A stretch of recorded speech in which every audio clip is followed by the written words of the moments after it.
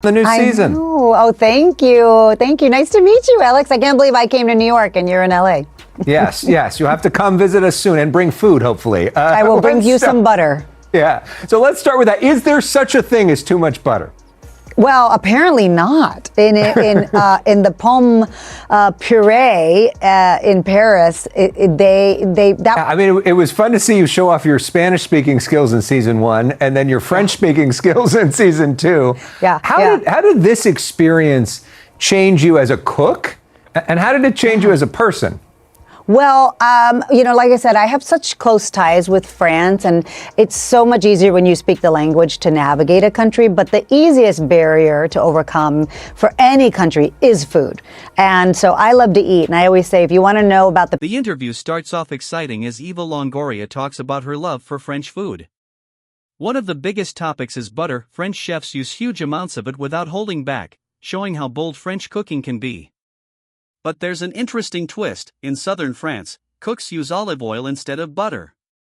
This difference between the north and south of France is one of the most interesting things Eva learns, showing that French food culture is more varied and deep than most people realize. People of the table, there's so much politicizing of food and history of food that comes through in the cuisine. One of the regions I had never been to, and I've been all over France, was Alsace, which is the German border. So obviously that was affected by German influences because it was Germany, then it was France, and then it was Germany, and then it was France, and then during World War II it was occupied. So you had some families that had two sons, one fighting for the German side and one fighting for the French side, just for the way it split up. But how that history really affected the cuisine and what survived out of that. A lot like France in the Franco era, we got to see that, like a post-World War II effect on the cuisine, how the wine was preserved, and all the cultural traditions. Did it change you going through this? You know what? It reinforced my cooking philosophy, which is cooking simply. They really, I know probably French cuisine is known for being fancy and creams and sauces, but they really love. The documentary then takes a deeper turn. Eva explains that food is the easiest way to understand a country. She says France tells its history through its meals. From the French Revolution to the era of King Louis XIV, food became closely tied to politics, social class, and identity.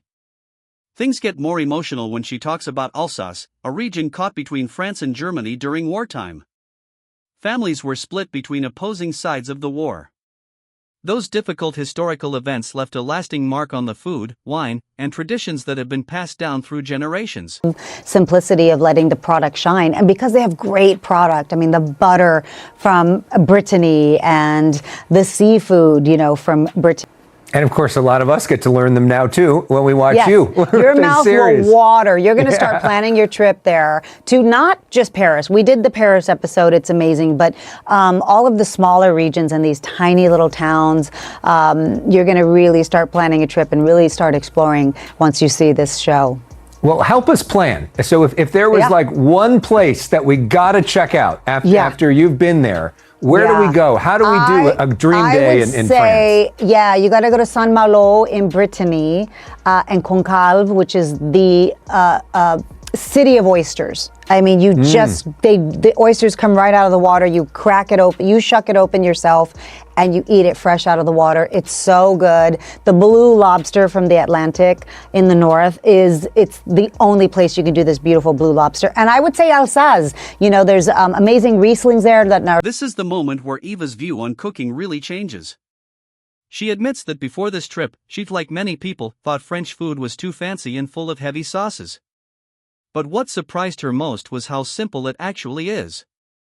French chefs let the natural ingredients stand out, without unnecessary extras. Things like seafood from Brittany, wine from Bordeaux, and fresh local products speak for themselves.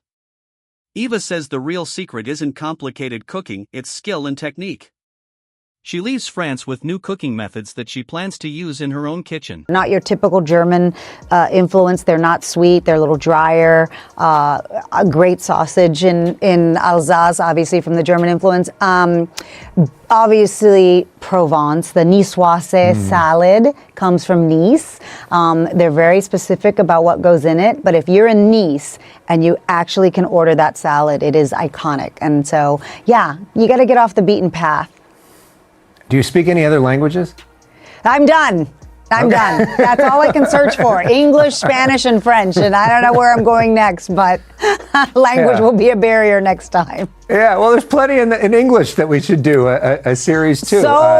So much in yes, there's plenty to do. But the great thing about the show is I'm your way in. I'm the viewer's way in, and so I do stumble along the way, and I learn so many things, and I have all the questions that the viewers will have, and so I think it's been a fun journey, and I think people enjoy learning about other places and realizing how small the world is that we live in. Well, congratulations again. We want to encourage everybody to tune in. Back-to-back premiere of the CNN original series Eva Longoria, Search for France, airs Sunday at 9 p.m. Eastern and Pacific here on CNN, also on the CNN app as well. Eva Longoria, thank you very much, and congratulations once again. Thanks, and come Alex. visit We'll us see you here. soon. I will. We'll be back with more of The Story Is right after this. As the interview ends, Eva turns into a kind of travel guide, encouraging viewers to explore more of France. She strongly suggests that people shouldn't focus only on Paris, but should also visit smaller towns full of culture and amazing food. From fresh oysters in Brittany to famous blue lobster and the German-influenced flavors of Alsace, each region has something special to offer. She jokes that the language barrier might be her next challenge, but says the difficulty is part of what makes the experience real. In the end, Eva says the best part of the show is seeing how food, travel, and shared experiences connect people around the world.